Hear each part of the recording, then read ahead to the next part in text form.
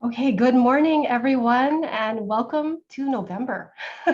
As we busily prepare for Thanksgiving, I think it's a really fitting time for us to think about the Rotary Foundation, right? As we think about the things that we have to be thankful for, at the top of our list should be the Rotary Foundation. Many of us are drawn to Rotary and we stay in Rotary because of the difference that we can make in our communities.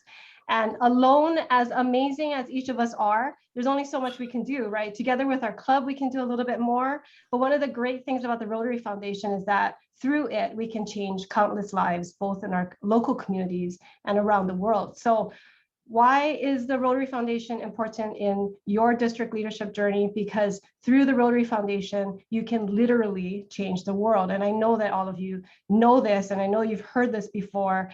You've sat through lots of foundation talks before, I know. But on your district leadership journey, you will now need to look at the Rotary Foundation from a different perspective, not just how you give to it, how you support it, why it's important, how you get your club to do it, but you now have to figure out how are you going to inspire others to follow you? How are you going to get the district to be a stronger advocate for the foundation, and a whole lot of other things at a different level? And we have some really fantastic speakers with us today that's going to help you in that. So as you all know, November is Rotary Foundation Month, and we are really blessed to have a couple of really great speakers joining us today. But before we get into that, we're going to hear from them in just a few minutes, but I wanted to first introduce our District Leadership Academy cohort to our special guests. So I talked a little bit before with the two of them, and I did say that our participants come from around the state, so from all different islands. They are district leaders already. They're assistant governors and have different roles in the district. And we are so excited to have them here. So I haven't taken official role yet, so I'm going to call your name. And when I call your name, please just wave or shaka or whatever you want to do. So first, Nancy Cabral from the Rotary Club of Hilo, Lee Dombrowski from the Rotary Club of International Peace, We Rotary, Stephen Handy Jr., Rotary Club of Hilo, Wendy Hornack with a really beautiful background now, Rotary Club of Upcountry Maui, Ryan Kawamoto, Rotary Club of Kahala Sunrise, Ron Margolis, Rotary Club of Hanalei Bay, Paul McGillicuddy, Rotary Club of Waikiki, Dave Mosdren from the Rotary Club of Honolulu Sunset, I believe cannot be here with us today because he's still traveling back from Zone Institute, Della Nakamoto, Rotary Club of Kahului, Richard Proctor, Rotary Club of Honolulu, Kathleen Rhodes Miriam cannot be with us today as well because she's doing really important work in the community today, and Pili Valderrama, Echo Rotary Club of Kaka'ako. Of course, we are also very happy to have our fearless leader leading all of us with aloha, our district governor, Sandy Matsui, our past district governor, Naomi Matsuno. I'm not sure if do we have our district governor nominee? Maybe not yet. And that's it. So at this time, I'm gonna introduce our past district governor, Naomi Matsuno, to get us going and introduce our topic. Take it away. Thank you. Hey, but Pili just joined us. I'm not sure if Pili is on the island, but Pili joined us.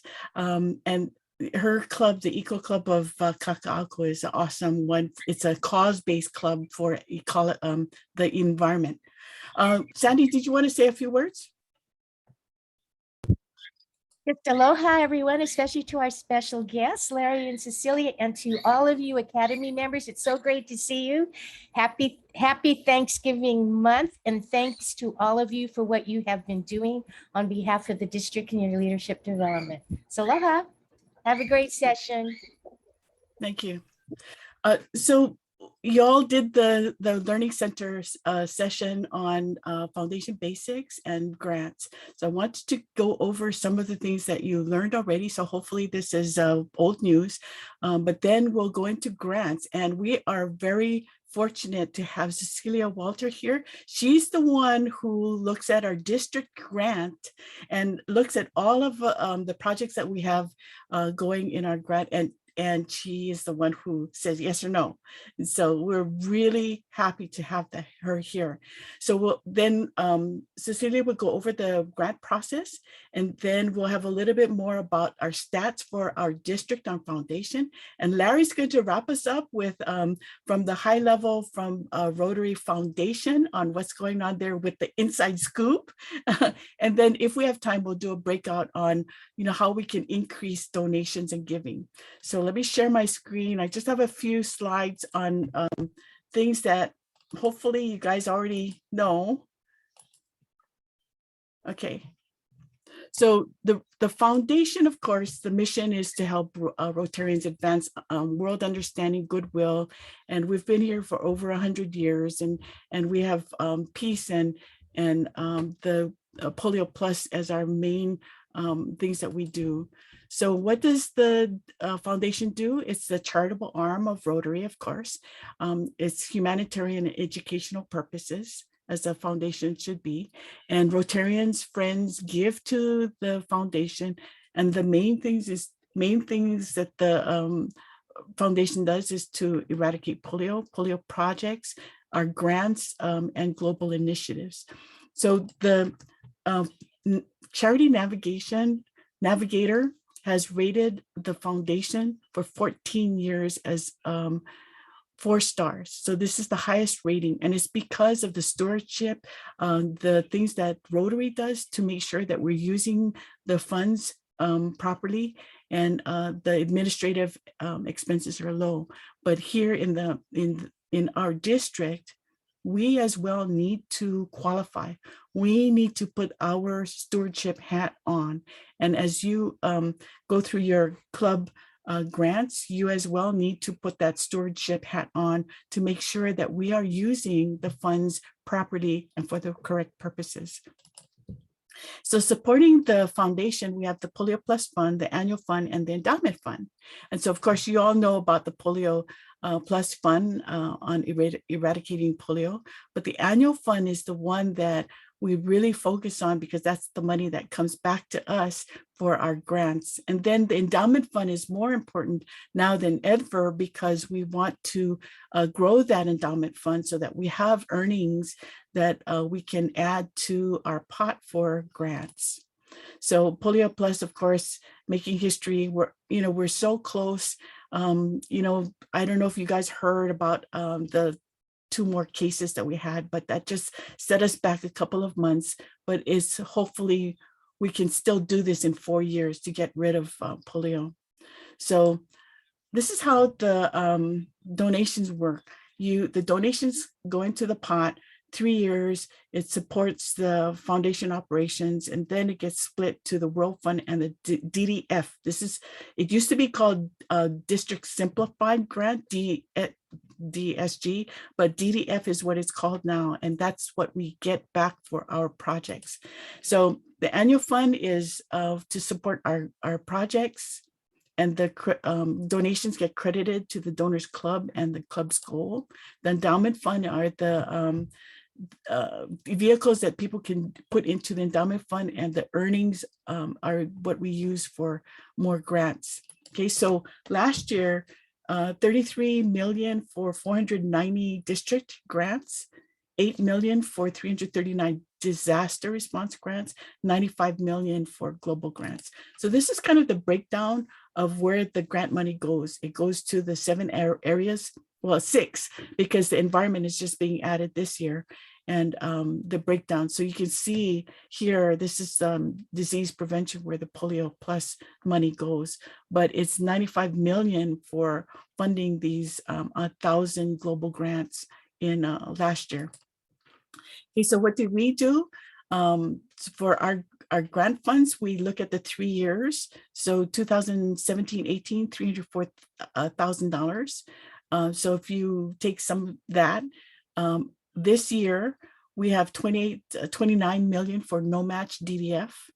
We have 43,000 for match DDF. So the club cash matches that amount, and then 62,000 for global grants. And then the clubs match 62,000. Then we get a little bit more, 80% from the World Fund. So it's 245,000 $100,000 for global grants and local grants this year. Okay, so here we go. We've got Cecilia and Wendy, you're going to introduce Cecilia?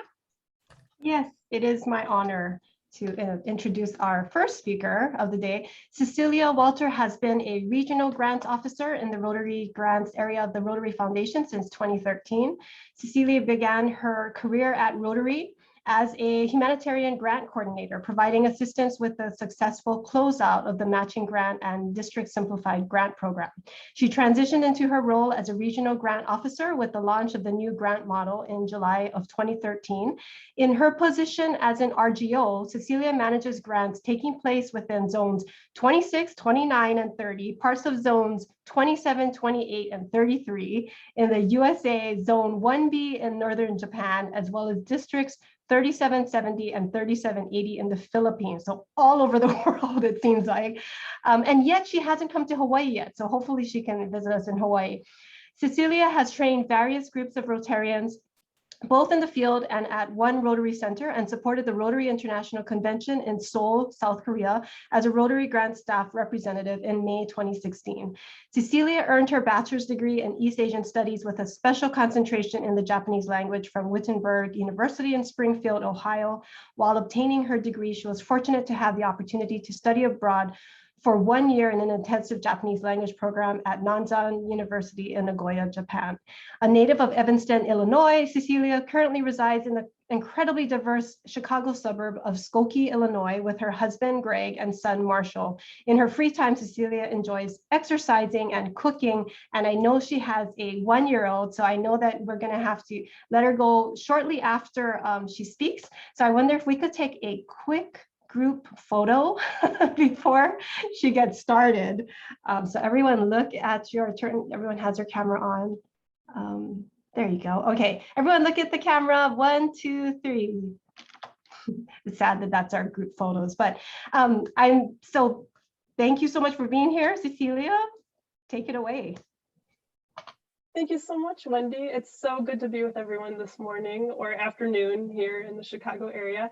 I will go ahead and share my screen because I have a kind of short, medium-length presentation that I'll kind of go through as quickly as I can to save plenty of time for questions. So I will get that on my screen here. Okay, all set. Can everyone see my screen okay? Okay. Great. All right. So as Wendy mentioned, my name is Cecilia and I'm the Regional Grants Officer for District 5000. So it's so good to be with you here today. I have worked now for Rotary for 8 years. And I know Wendy said a lot of zones that I'm the grants officer for, but it's actually, to break it down, I'm the grants officer for 82 districts. So sorry if I'm hard to get a hold of sometimes. Lots of districts in my territories here. But I am part of the Rotary Grants team, which consists of 33 people in all. So that's how large the grants department is. And I'm on Region 2, which handles grants in the USA, Canada, Australia, Japan, Korea, Taiwan, the Philippines, and I think a couple other countries too. So with our limited time here together, I thought what I would cover would be a brief overview of our grants in general that the foundation offers, but I wanted to focus primarily on global grants. So I'll share a brief introduction to them in case anyone's newer to this grant type, although it sounds like maybe some training was just recently completed in the Learning Center. So this might just be a refresher course. So I'll go over those, and then I will talk a little bit about my role as a grants officer, and then share some best practices, and then kind of wrap up with some statistics and updates, time allowing. So without further ado, let's begin. And I apologize too, I'm actually getting over a cold that my son brought home from daycare. So if I sound a little stuffed up, I apologize. So for those who might be new to the world of Rotary grants, we offer 4 types. We offer, as you'll see on your screen there, global grants, district grants, disaster response grants, and our newest type of grants, programs of scale. District grants fund small-scale short-term activities that address needs in the community and abroad. You can use district grants to fund a variety of district and club projects and activities, such as local service projects, international humanitarian projects. You can do scholarships with your district grant funds or vocational exchanges. It's pretty flexible. The one nice thing about doing scholarships through district grants is that with global grants, it has to be for graduate studies or postgraduate studies. And then for district grants, though, you can fund scholarships of any size. So high school scholarships, undergraduate, university scholarships, things like that. So there's a lot of freedom when it comes to district grants and service projects.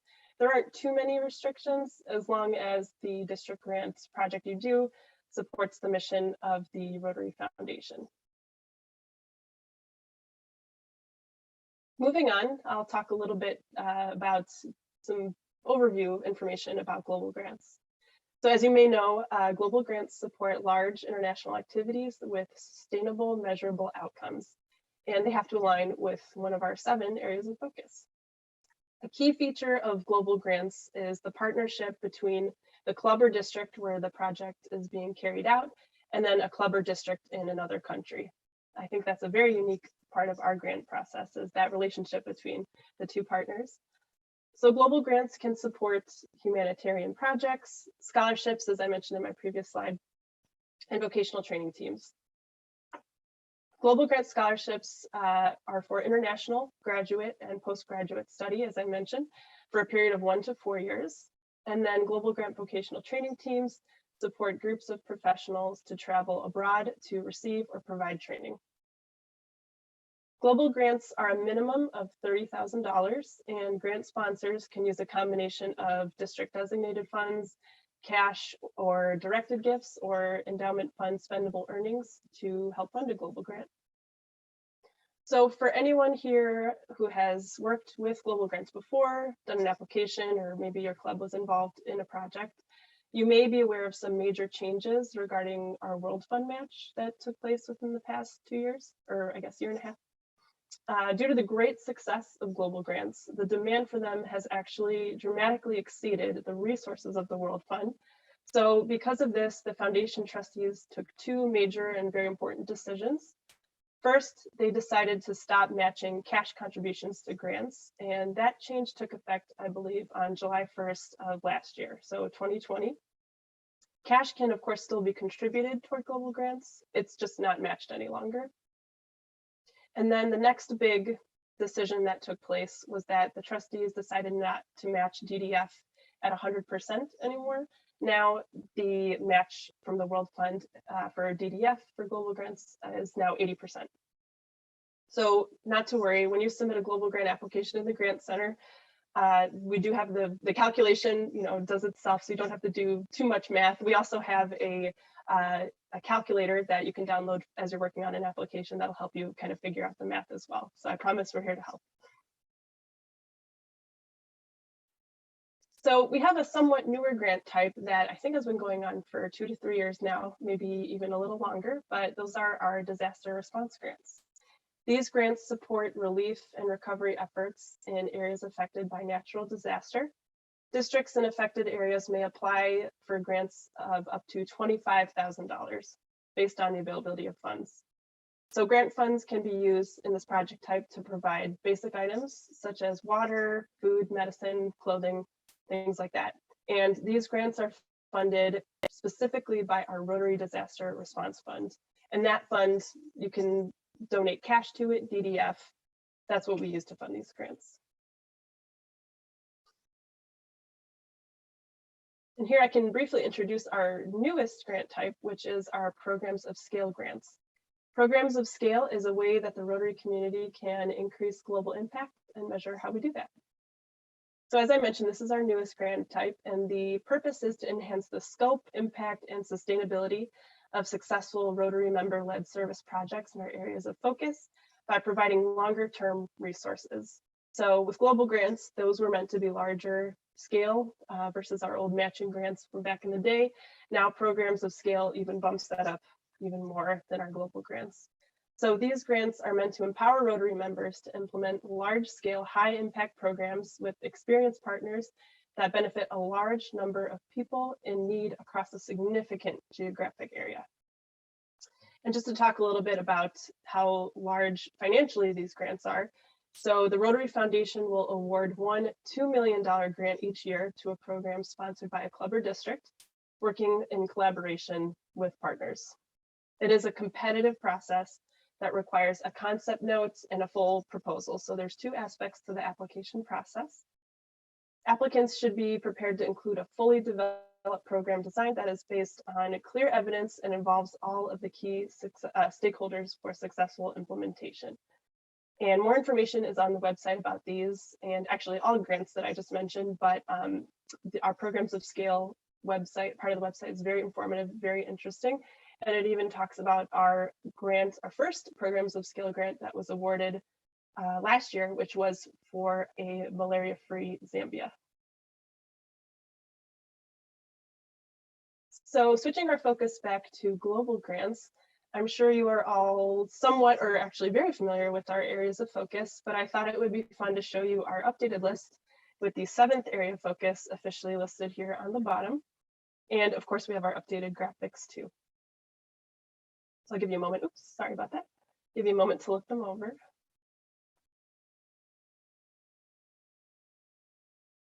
Okay. So now that I've provided a general introduction or reintroduction, if this is a refresher course for you, to the Global Grant Basics, I thought I would share with you some insights on how the general global grant lifecycle works. Since one question I get asked a lot is, Cecilia, what happens once my authorizations are in place for my grant and it's submitted to the foundation? So when a grant is submitted to us, we grants officers assign it to the appropriate RGO. And how that works, oh, that's Regional Grants Officer, so I may say RGO, that's what it stands for. And how that works is it's based off where a project is taking place. So I'm the Regional Grants Officer for District 5000, your district. If there were ever any projects happening locally in Hawaii, I would be the one to review your application. And as Wendy mentioned, I review the district grant as well. So that's two grants that I review. So we assign the project to the correct RGO, who then reviews the application. While it's under review, we do ask for the bank information to be submitted right after, because there was a new update to our grant system that was put in place, I want to say last fall, so maybe a year ago, where actually there's a hard stop that would prevent me from approving your application if the bank information is not provided. So if you're working on a global grant, just make sure that that information is there. That will help speed up processing. So as mentioned, we receive the application, we review the grant, and then we ask for any additional information. Sometimes, depending on the amount of World Fund being requested, or if I'm unsure about something, I can loop in one of our area of focus managers for review for their assistance and feedback. And then once the information is received, we then forward the grant to our secondary reviewer or our desk partner. So the purpose for this is, and it's not just me reviewing an application. I have at least 1 or 2 other people who help just make sure all the I's are dotted, T's are crossed. I didn't miss anything. So multiple eyes are actually on the application, more than just one person. And then once that's taken care of and everything looks good, then we approve. So that's from submission to approval. After a grant is approval, that's when the payment process happens. So that's when sponsors can start sending in the contributions to the Rotary Foundation. And on our side of things, our payment coordinators take over and work with you to let you know if all the contributions have been received, what might be outstanding, if there's any issues with the bank account name, or they help and assist with all of that. Once the grant is then paid and you're implementing the project, 12 months after the date of payment, that's when the grant's first report is due. It can either be a progress report or a final report, depending on what stage your project is in. And then we review those reports and let you know if any information is outstanding.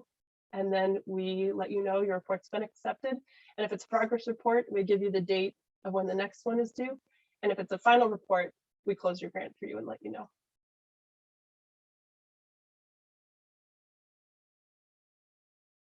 So here's some best practices that I wanted to share with you all today as you learn more about grants and as you act as leaders on maybe projects as you familiarize yourself with the process.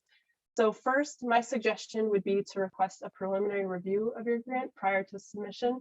We RGOs are always happy to take a look at your project before you submit it and provide feedback, because we would hate to see you get too far along in the process and maybe the project isn't eligible, or maybe we have a lot of concerns we want to raise.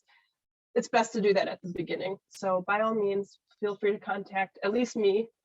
If your project's taking place elsewhere, I can introduce you to the grants officer for that particular country or district, and you can work with them. But definitely come to us first, if you like, before you submit your project in the Grant Center. Next, a community assessment is required for all global grants. So be sure to conduct one, or if you're working or doing a project in another country, make sure that the host club Rotarians have done it or have worked with an organization that have conducted the assessment, and include the results of those in the application. There is a spot to upload. We have a worksheet you can fill out that kind of goes over all of the details and ask questions about your assessment. So you can upload that to the supporting documents section of the grant, or you can kind of weave the narrative of the community assessment in the results in the application.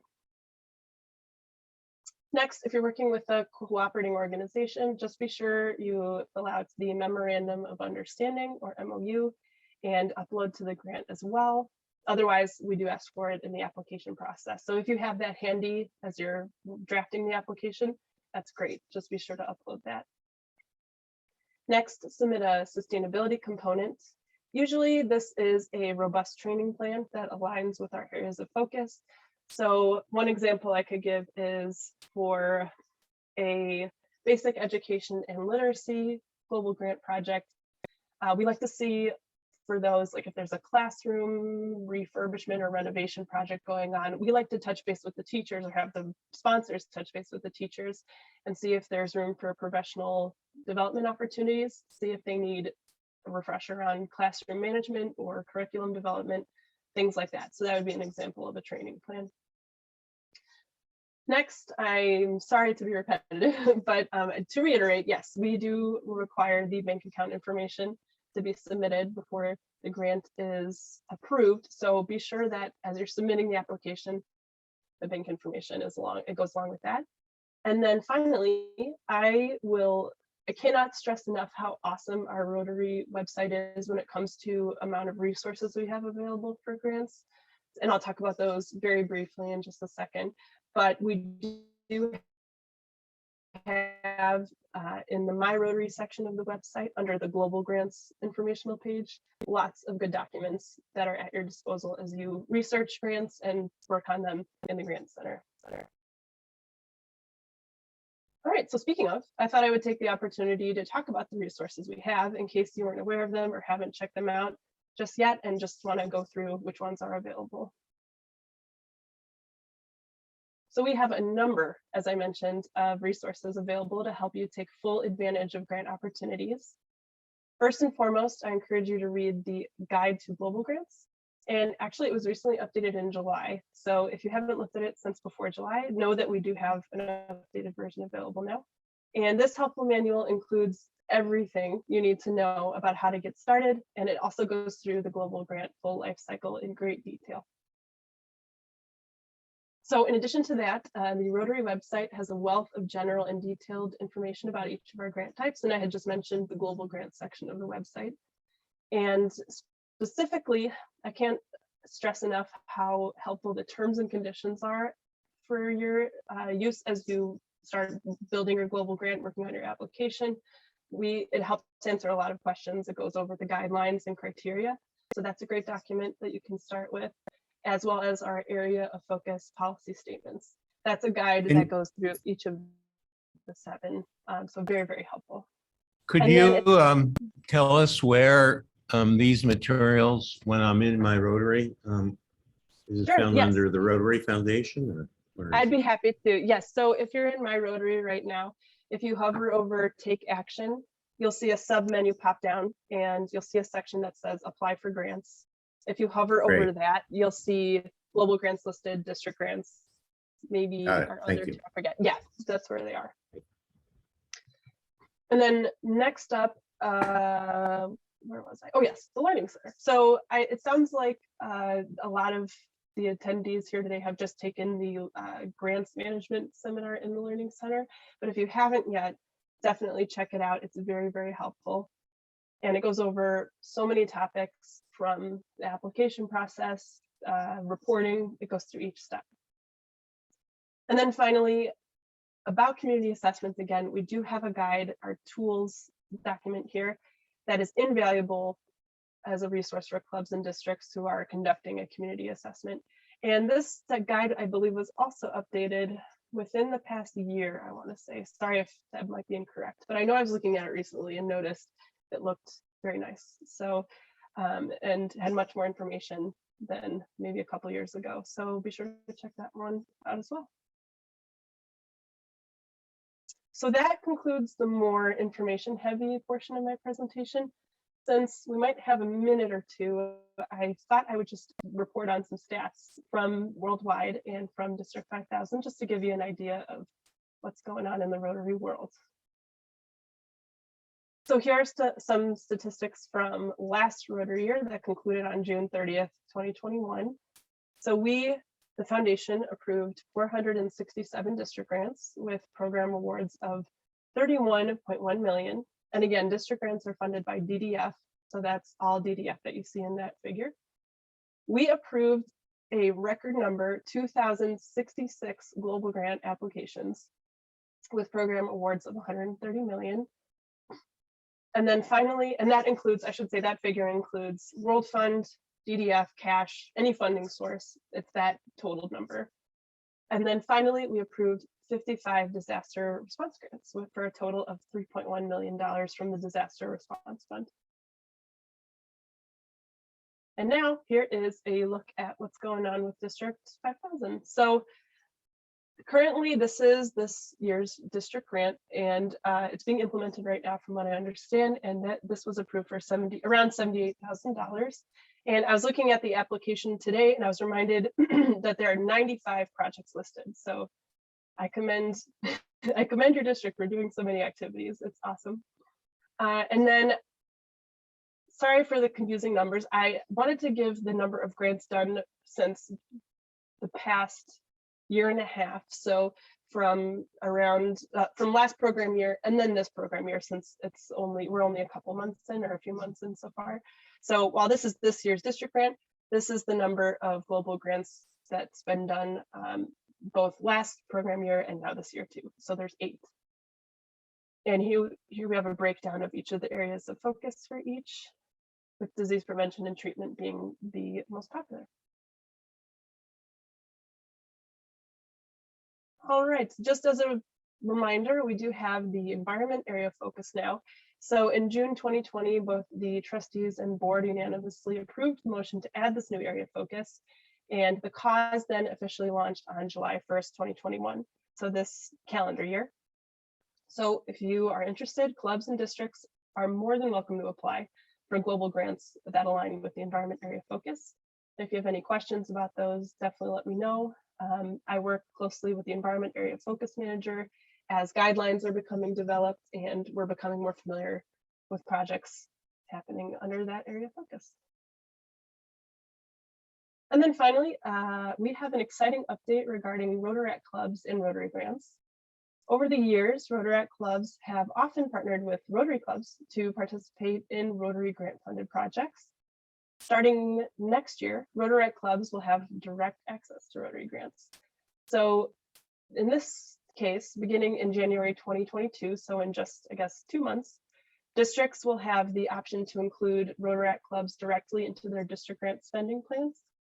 And then beginning in July 2022, Rotary clubs can then apply for global grants to support their service efforts, either at home or abroad. So to be eligible, a Rotary club must have partnered previously with a Rotary club or district on a global grant funded project, and they must also be qualified.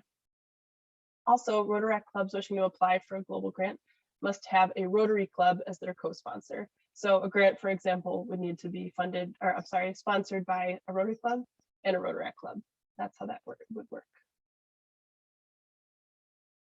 So that's all on global grants and other grant information and updates on my end. At this point, I'm more than happy to open it up for questions if anyone has any.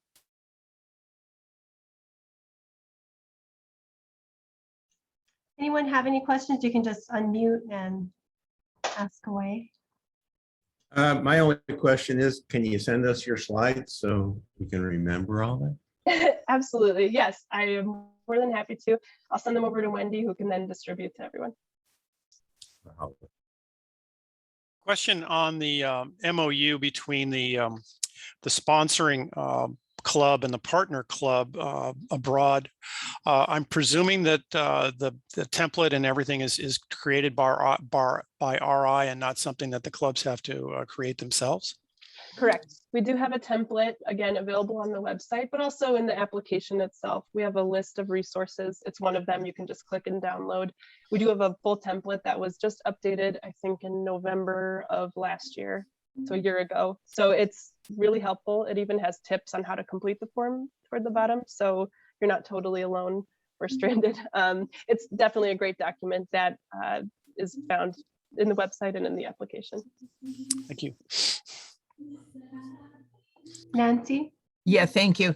My question on the statistics that you were giving us with the 2066 global grants and the monies that were given in these areas, do those statistics include Polio Plus, or is that a completely separate financial category?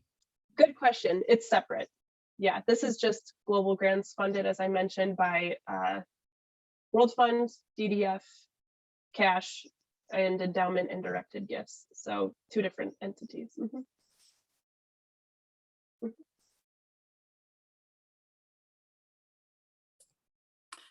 Cecilia, do you want to cover some of the purpose use of funds that are not acceptable for Rotary?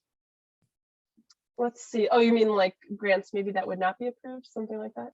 Mhm.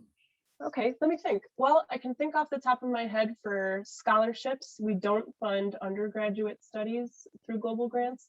So just FYI, I know that actually your district has had, oh, I should have double checked this before today, but I know I've seen at least 2 or 3 scholars coming from the district who have been excellent.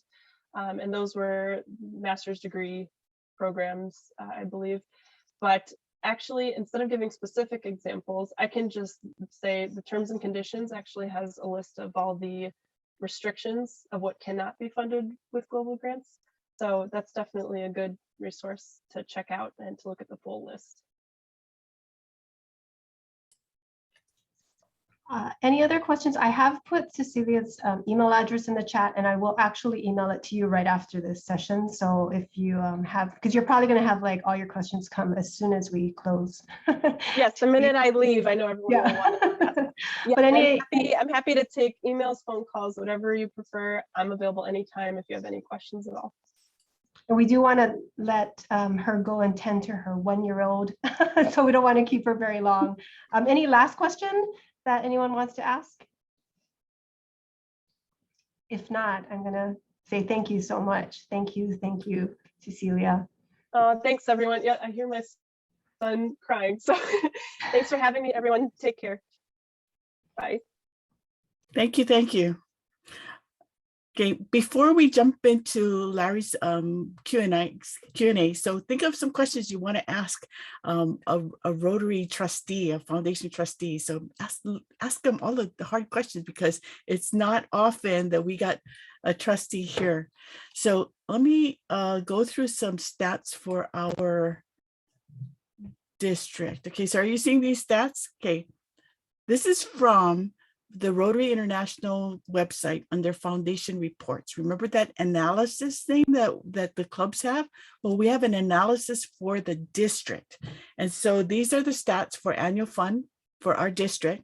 Okay, so it has the last 5 years, how many members, our goals that we put into Rotary Club Central, where we are on the goals and the per capita, and how many non-giving clubs we have. So we've been doing pretty good for our district, and especially for the pandemic last year.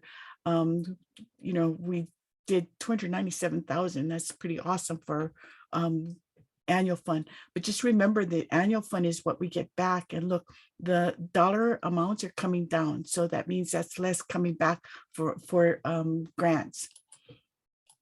For Polio Plus, these are the numbers. So last year, 96,000 for Polio Plus. Good job. 41,000 so far this year. We had our World Polio Day. So these are the numbers for our district. For the committees, foundation committee, the Dell Green heads, has a lot of subcommittees. Okay, so this is from our policy manual that we need to have these committees. And so we have people that, and each category has another subcommittee. So we have people that look after our annual giving, the permanent fund, our Peace Fellows Committee, Scholarship Committee, and these are all the committees that we have. And so any of you that are interested in any of these committees, please let Sandy know or Randy know for next year. We do need a lot of help. Okay, and let's see. Okay, so look at that. We've got a lot of committees that we need to staff with people, and we need continuity. So we want people to stay on for maybe 2-3 years so that we have the continuity. Okay, so this is Dell's org chart. So you can see there's a lot of positions that we need to fill on our committee. So that even though we have the foundation committee with Dell, all of these subcommittees also need a lot of help. So World Polio Day took a big committee. We also, and you learned about that in the Learning Center, but I didn't see the alumni. So alumni committee is for ambassadorial scholars and group study exchange, which is now VTT, the vocational training team. And some of these programs are discontinued, like the university's teachers, but people who went through these programs are official alumni. Okay, and then you looked at the different categories for giving for foundations. So please know that the foundation wants to recognize the donations towards the foundation, and this is one way to have these categories.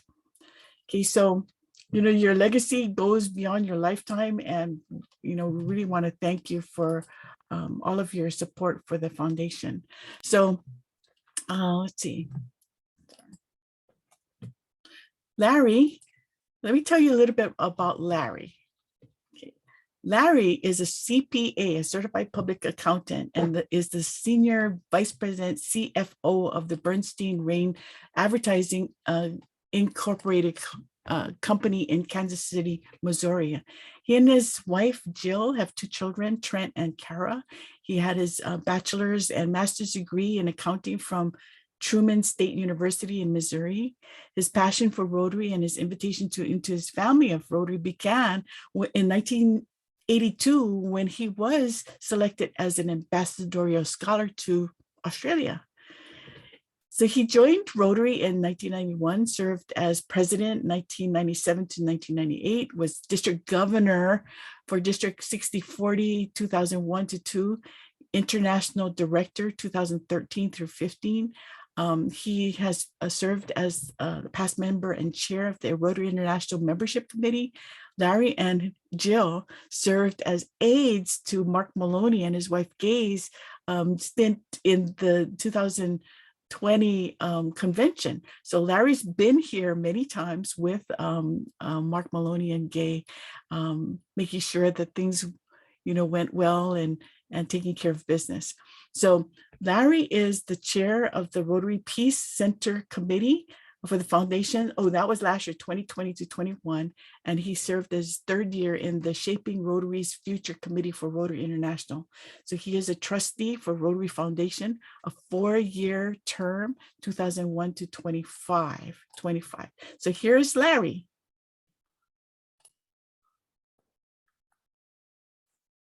It's good to be with you. I'm excited to be with you there this morning. It's early afternoon here in Kansas City. I'm confident that it's not quite as warm in Kansas City as it is right now where you are. I'm proud to wear this adornment that actually Naomi gave to me a week ago when she was in Tucson. And so it connects me to you even more today, I hope. And I'm really happy to be invited to be among these leaders, and really happy to have experienced what I've experienced thus far in this session. It gives me a sense really in the first 45 minutes of the type of involvement and the type of information and the type of passion that is exhibited in the District Leadership Academy in District 5000. So I first want to commend each of you for your past leadership. I know each of you have had the blessing of serving as a club president, maybe some of you even more than once, who knows, and now I know that you're in the leadership academy, certainly, but you're also part of the leadership of this great Rotary district. So I commend you, and I thank you for your past service and your current service and the desire to want to learn more about Rotary. It's such a wonderful international service organization, and it's certainly worthy of every second that we can give it. We benefit others greatly, but we benefit greatly as well.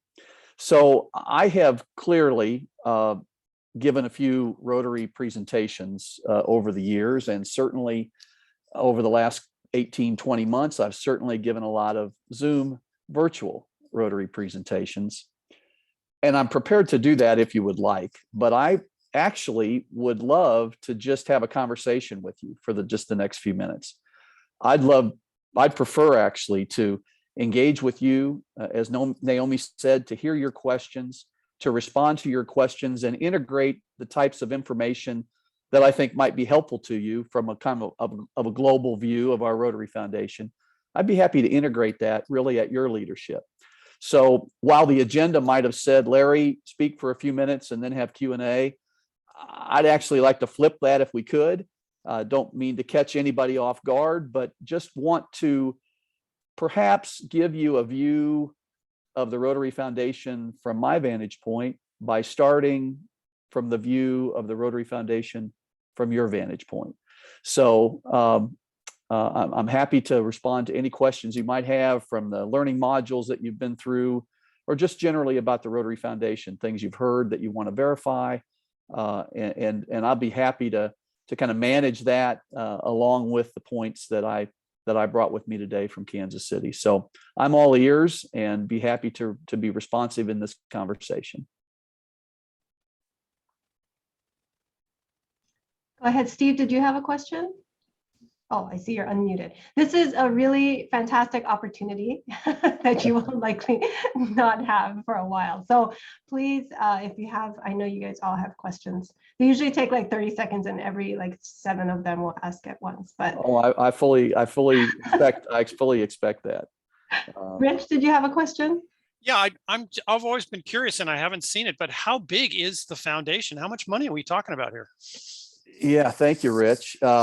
So we're talking about on an annual basis across all of those giving platforms. I'll give you the breakdown, but across all the giving platforms, what do I mean by that? Annual giving, Polio Plus, endowment, donor advised funds. There's some specific funds. We're looking at about $300 million to $400 million a year. You're a part of a foundation that certainly has much opportunity for future growth, and we're on that path currently, always every year, but with some actual campaigns to try to bring more visibility to our foundation. So that's kind of the scale of the budget every year, Rich. And another way to answer that would be to just break down quickly the revenue sources. So we're looking at, for this Rotary year that we're in right now, first we would be raising $50 million for Polio Plus so that we can achieve the full benefit, right, of the 2-for-1 match from the Gates Foundation, which when we raise $50 million in a year, then they provide us $100 million. So that collective polio effort of $150 million gets us started. And I should also say that I think I've always heard that it's one of the highlights of the year, you can only imagine in your own business, because that $100 million that comes from the Gates Foundation comes in one deposit on one particular day in January every year. And so if you've ever heard like a huge scream from Evanston, Illinois on about January 5th, it's because they've just had $100 million hit the bank account on one day. So it's just exciting, and I'll maybe provide in a few minutes some updates on it. And that's money that's being used in the moment. That's not In being the moment. invested.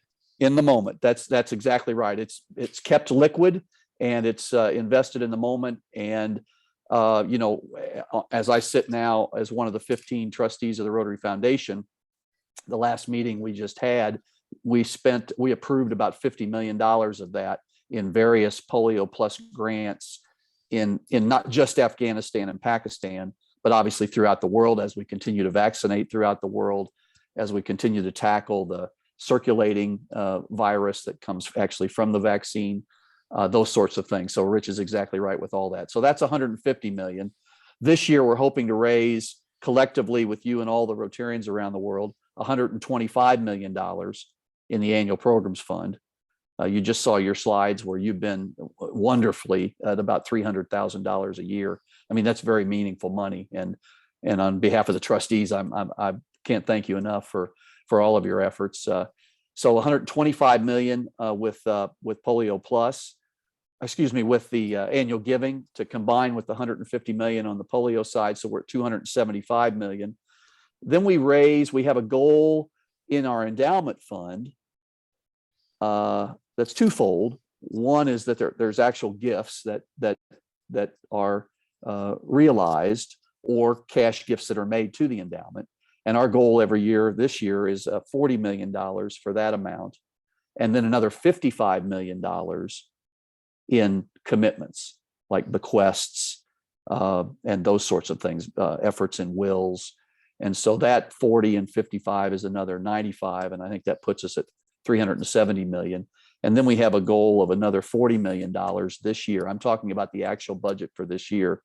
That's cash given through to global grants, other outright gifts, directed gifts, all the other pathways that we have beyond polio, beyond the annual giving program, beyond endowment, the other programs as well that we have, another 40 million. So our budget revenue wise this year is $410 million.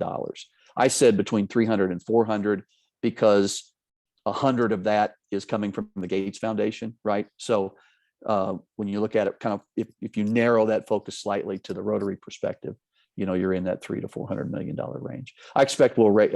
Last year we raised across those spectrums that I hopefully summarized well and summarized crisply.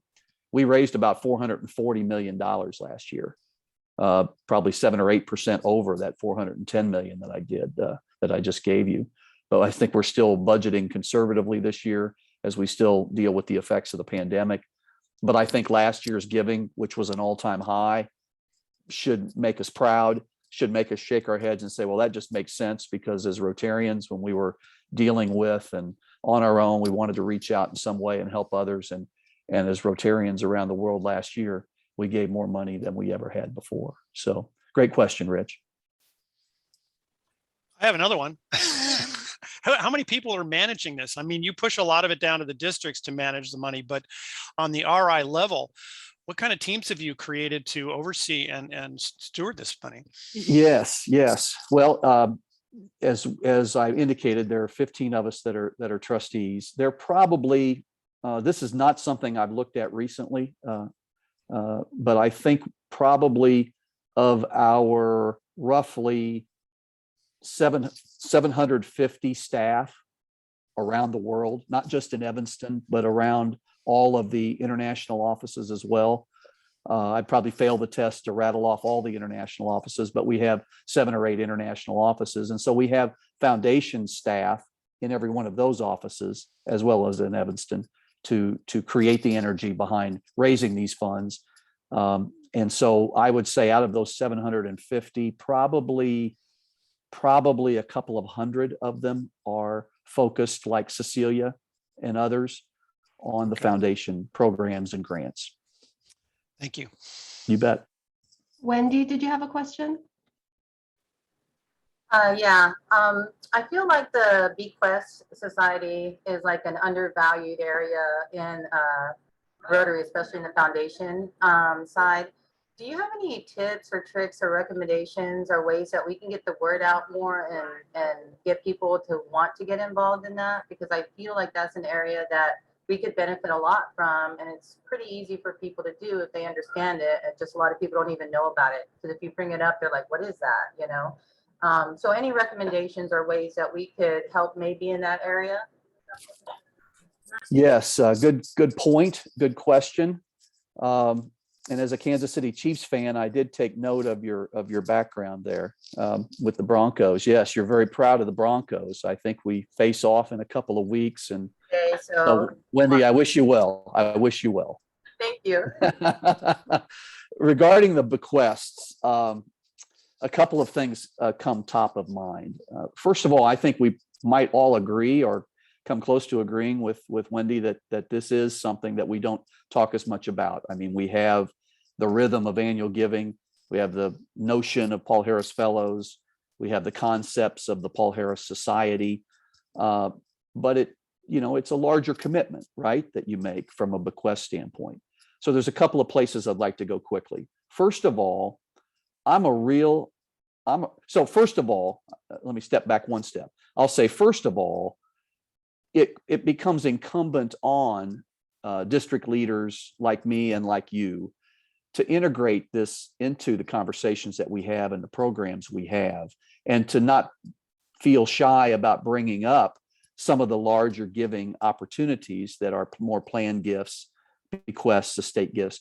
We need to incorporate that into our language and in our programs more often than we do, I would suggest.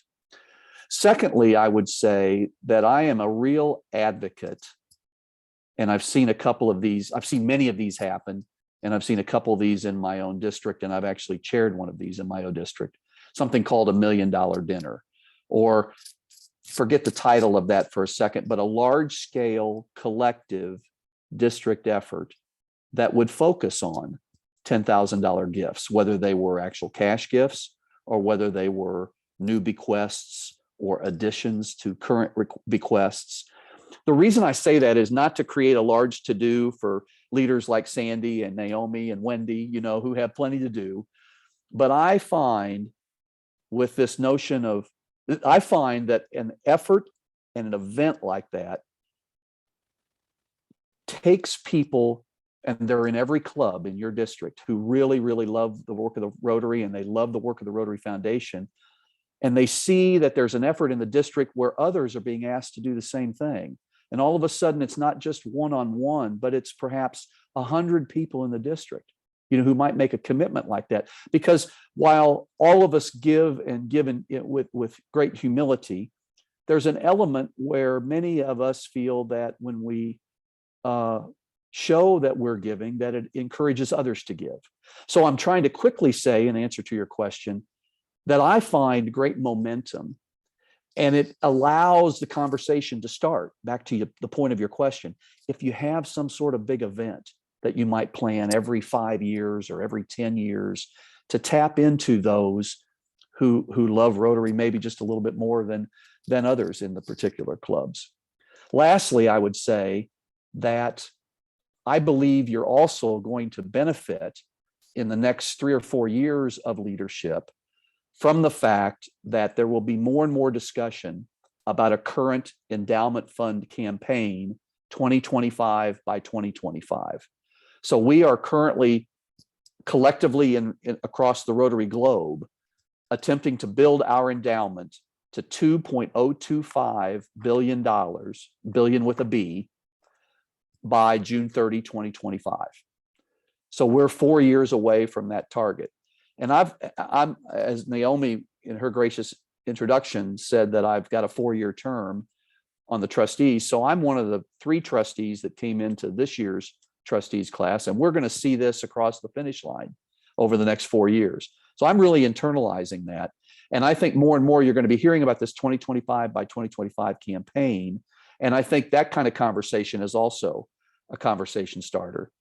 I might finish all that off or polish that off by saying, if you had a follow-up question, well, where are we on the path toward $2 billion? We're about 75% of the way there. And we're just over almost at 1.6 billion right now. And that is comprised of about $700 million in actual net assets, gifts that have come in and investment of that over time. We have $700 million currently in net assets in our endowment, and we have another $900 million in commitments right now, 1.6 billion. And if you take the track record, we just looked at this in the trustees meeting, actually at some of my leadership, I'm proud to say. I said, well, let's, we got this 4-year window, we got 4 years to go. Based on the last 3 or 4 years, I mean, does it look like we're going to make it? Are we going to greatly exceed it? Are we going to fall short? And we need to really get after it. And it looks like that we're kind of on pace to kind of meet it based on past experiences, past years with the actual gifts that come to the endowment fund, plus the new commitments. I mentioned when I was answering Rich's question, along the journey of the $410 million, I mentioned 95 million of that is a slice of the pie. That's the endowment. And so if you say, well, if we're going for 95 million every year, let's just do the math for a second, and we have 4 more years, that's another almost 400 million. I realize I'm rounding up. And you put that 400 million on top of the 1.6 billion, and you're right at 2 billion. So I think we're optimistic about this, but it's going to take a lot of work from folks like you and me to continue to do that. And I think the continued education, the consideration of events that really put a focus on this, and seeing how you fit into the collective goal in our endowment campaign are at least 3 ways that come to mind, Wendy, about how we can take this bequest conversation to another level. Thank you. Go ahead, Nancy. Yeah, thank you for your information. Of course, those numbers is such a staggering level. It But, is. And of course, the 100 million from the Gates Foundation is clearly I'm assuming the biggest donation we get all year. But I often think about other type of foundations. I'm on a couple of small community foundations, and I almost see how we struggle as to figure out what to do, because those foundations were obligated by IRS laws to give it away or they take it away. And I have not seen anything that I can recall that would help give us down here in the field information that might be a tool that, let's say, I could go to people that I know are on these kind of foundations and try and get them to take their annual required funds that they have to spend or donate to proper, organizations, and where they might be able to add to it. I can assure you, probably can't promise 100 million, but I would think that if we have a lot of little groups in each community, and there's even in our little Hilo, which is the most the least affluent place probably in the state, we have some pockets of money. And I'm sure throughout Hawaii, there's huge pockets of money that maybe we would all know people, and then we might be able to, again, we tell our club members who tell somebody who knows somebody, etc. And they might be sitting on a small foundation or a group of people like I do. And maybe that could help, first off, our own local club foundations, our district foundation, our international, as well as Polio Plus or something. I don't know if there's things out there, and it would be good if you could get those down to our level to see if we can help get you your millions of dollars. My other question was, when you talk about net assets, is that all just cash, or do people bequest and give you buildings, real estate, artwork, things like that are become assets and holdings that you have as part of those funds? Yes, Nancy, thank you. So first on the partnerships, that's the key takeaway word I get from the first part of your question. It would be true that I'm going to ladder my way down here. So I mentioned that we have about $700 million right now in net assets. And our foundation would be just like what Nancy was just describing. You know, all foundations kind of have a spendable earnings level, right? Or some amount of money that, you know, they want to put back out in grants every year. And that's the reason we want to build this endowment, because right now we have 700 million and we typically have a spendable earnings rate of between 4 and 5%. So part of all the mix of all the projects and all the grants and all the discussion that we've had today, some of the fuel for that is coming from our endowment, right? Where if you take 700 million and let's take 5% for a second, well, that's about $35 million on an annual basis that gets put in the pot to spend, you know, on all these different grants and things that Cecilia did a good job of. And so the same thing is true in your question, Nancy, about the local foundations. And I did go, as you did as well, in the latter part of the first part of your question. I see that as a real opportunity for you locally. It would be great if someone had the mission and the spirit to say, okay, well, you know, we're going to give some of that to the Rotary Foundation. But that you spoke about, I think, is a place where we can, and I made a note about getting you some kind of materials to say the right things, talk in the right way, perhaps, to these groups. But those are ways to enhance your local projects and to partner in local projects. So yes, I see that we can always do better in getting you quality communication information, and I made that note. But I want to encourage you, to your question, of seeing how those local groups can partner with your projects there among the islands of Hawaii. The second part of your question was the assets, and of course, you know, as a charity, you see just about everything, right? But for the most part, I've not experienced a great level of things like artwork or valuables in that way that have been donated. It is much more cash and estates, but there is real estate that is provided, appreciated stock that is provided. So about anything that your mind can think of when you get in the realm and you think about those kinds of environments are things that Rotary's Foundation has benefited from in the past.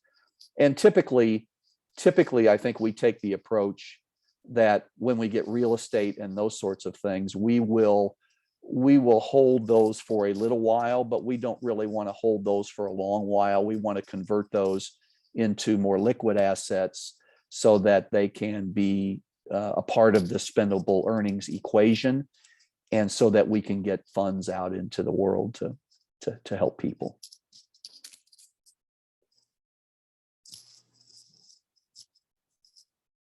Go ahead, Ryan. Curious, you know, what do you think will happen when polio is eradicated, and where that money might shift towards, if there's an area that it might move towards or some special area of focus that it'll be directed towards? Yeah, great question. The $64,000 question, right? Here's how I think, here's how I answer that. And I do get asked that quite a bit as trustees and as leaders in the foundation.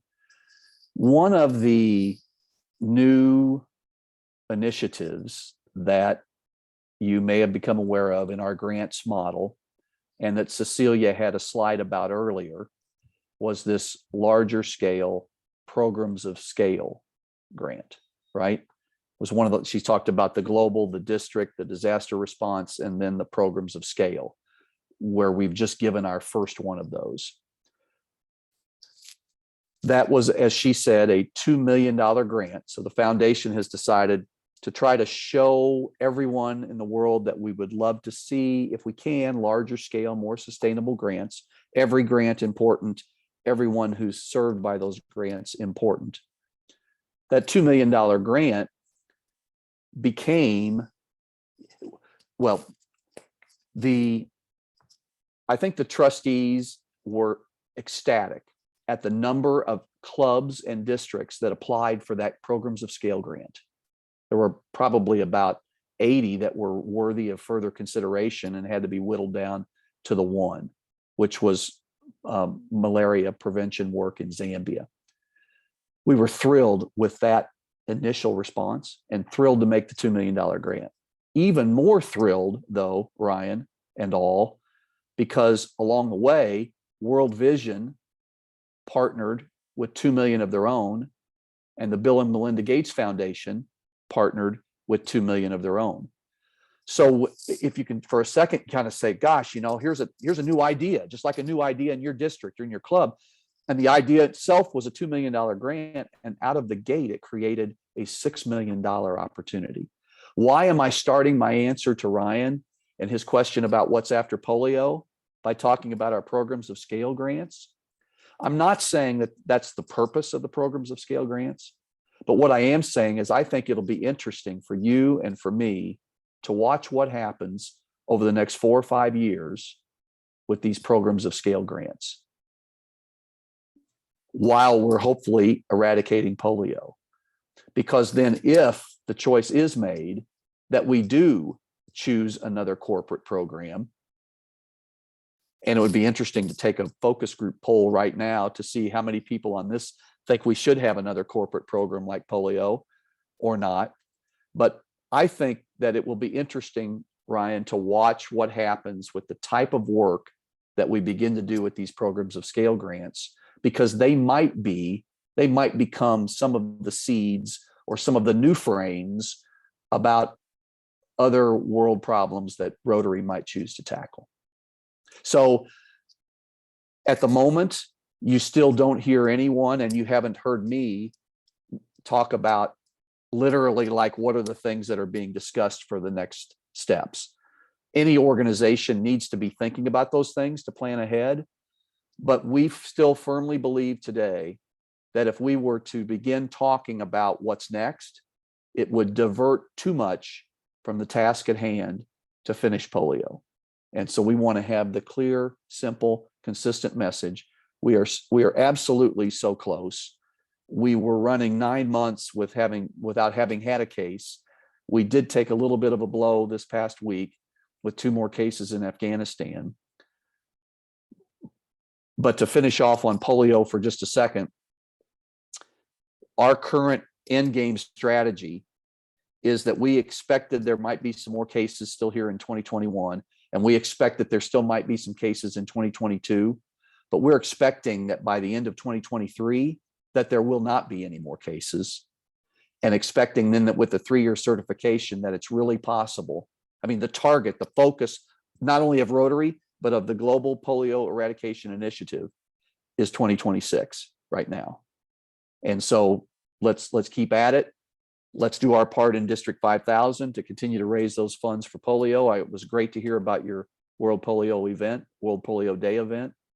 And so to kind of wrap Ryan's question into a full focus on polio, still got a little more work to do, still looking ahead at what Rotary might tackle in the future. We've created these programs of scale. It'll be interesting to watch. Hi, it's Nancy again. When Ryan asked the question, you said it was the $34,000 question. I just want to correct you. It's really the $150 million question. Okay. I respectfully accept that. I stand corrected for sure. Thank you. For sure. Hey, Larry, we did try to do a $100 million dinner last year. We got up to about 800,000. We're so close. Oh, yes.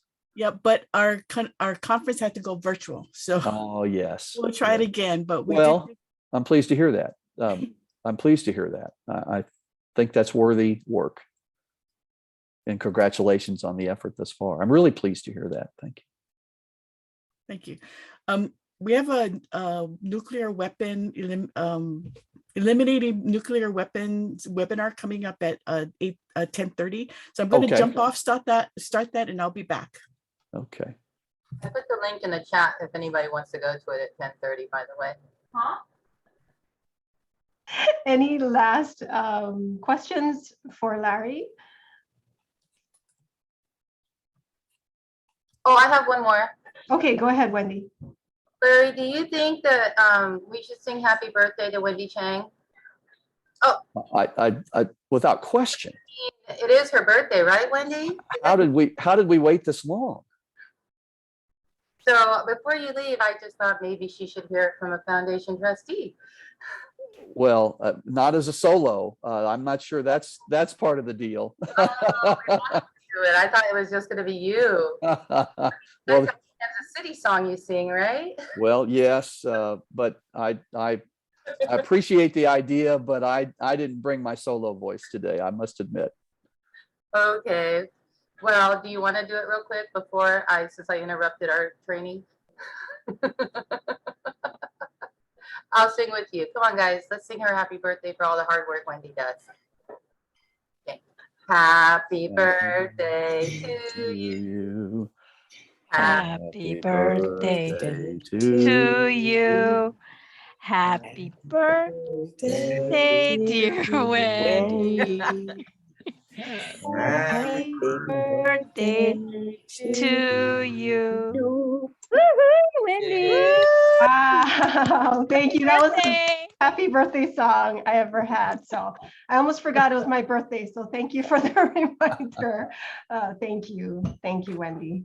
Thank you. I'm 21 today, by the way. I'm just kidding. Any last word, getting back to business, any last words that you'd like to share, Larry?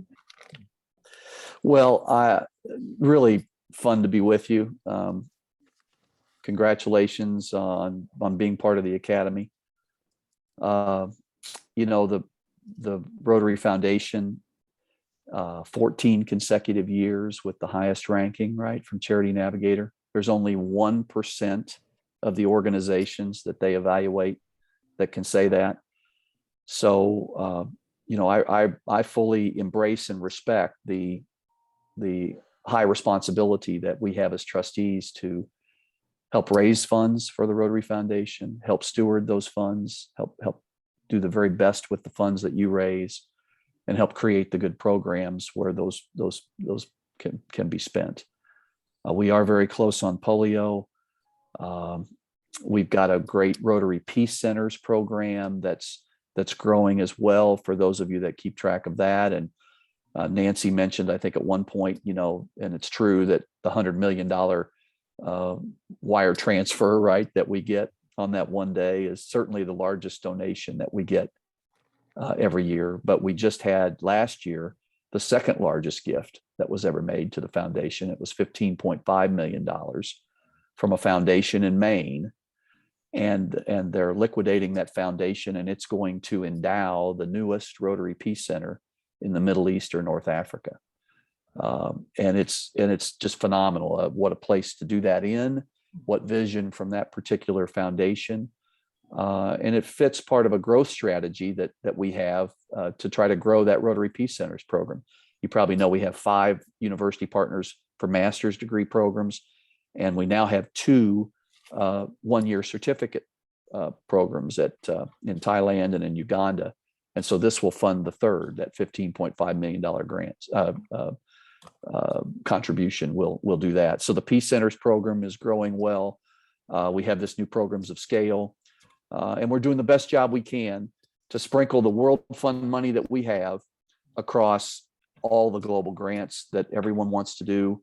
We did have to peel back the 100% match to 80%. The sole purpose of that was to try to spread the wealth around as far as we can, because we have a finite amount, just as you have a finite amount in your district designated fund, there's a finite amount on the other side in the World Fund. But the last thing I would say is that I took note, because I'm a CPA, and I saw on one of the slides, great presentations all along the way. Congratulations to the organizers. Saw on one of the slides that the last 2 years in District 5000 in the annual programs fund, the annual per capita, the per Rotarian giving was like $198 or $199 per capita. And I think it's time to take it over 200. What do you say? But I appreciate your leadership, and I really appreciate the invitation. Hope our conversation was helpful, and I certainly benefited from it as well. So keep up the great work. Thank you. Thank you so much. That's our virtual round of applause, but thank you so much, Larry. It's amazing to be able to hear directly from a trustee and to have a conversation with you, and such wonderful information. Thank you so much for what the Rotary Foundation is doing. You are stewarding that all of our monies so well. So thank you so much for doing that. And again, thank you for being here. So we just, I'm just gonna wrap up real quick so everyone can go and get ready for Thanksgiving. But some reminders. So a reminder to have your November mentorship if you haven't already. Larry, they have one-on-one mentorships every month with a past district governor. So make sure to have your mentorship, schedule your mentorship if you haven't. You're going to get a new mentorship assignment this month, and that will start in January. So you can take off in December. We'll get back to you. We'll confirm and we'll get some details about December 3rd Pauhana. I know that there's some other district events happening on that same. Everybody wants to party. Rotary is all about partying for the holidays. So we'll look at the calendar and we'll get back to you. And last thing is just please have a happy and very joyous Thanksgiving. We know that all of you do so much for our communities through Rotary and even outside of Rotary. So during this season of Thanksgiving, I'm so grateful to each of you on this call and for all that you do to make our communities better. Thank you for all you do. So eat lots of turkey and laugh a lot and spend time showing your gratitude to those that you feel thankful to have in your life too. So with that, thank you guys. Go to the do you want to put the link in the chat again, Wendy, for that? I apologize. We have a project going on. We're distributing food, so I'm going to go run to that right after, so I can't make that. But again, thank you so much. We're all done. Thank you guys. Happy Thanksgiving. holidays. Aloha, everyone. Happy Thank you, Larry. Thanksgiving. Thank you. Thank you. Good to be with you. Bye now. Seeing you, Thank Larry. you. Take Thank care. you. Aloha. Bye. Thank you. Thank you. Bye, Peely. Thanks for joining us from Colombia, I think. Yeah, where is she? Is it Colombia? I know she was, I don't know if you noticed, but she was coming in and out. Yeah. So anyway. Happy birthday, Wendy. Have a great one. Thank you. Okay, I will see you guys. Happy Thanksgiving. Bye.